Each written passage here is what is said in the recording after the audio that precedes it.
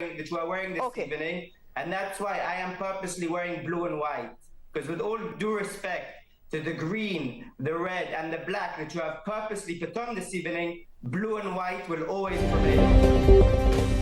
Bharti anchor की साड़ी को फलस्तीनी परचम समझने पर खातून ने इसराइली एहलकार को झाड़ पिला दी। जुनून में मुब्तला इसराइलियों को फ़लस्तीन की हिमायत का खौफ हर तरफ नजर आने लगा और एक इसराइली ने भारतीय खातून एंकर के लिबास पर भी एतराज़ उठा दिया।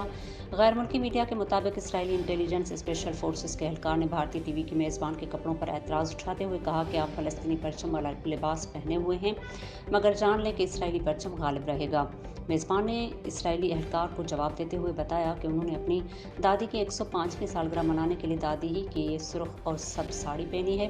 मेज़बान का जवाब सुनकर इसराइली एहलकार ने टोका कि ये किसी और मौके के लिए संभाल कर रखें, जिस पर मेज़बान ने इसराइली एहलकार को झड़क दिया और कहा वो किसी के डिक्टेशन पर नहीं चलती कि क्या पहनना है और क्या कहना है।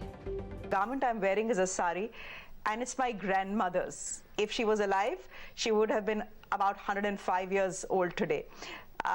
She didn't know what the Israel-Hamas conflict was, and this sari in no way signifies any support for any side. Beautiful. We'll leave it there for the moment. Thank you very much. No, Frederick, I will not let you choose what I wear, and I will not let you choose what I see. Star news, Geo Pakistan के लिए।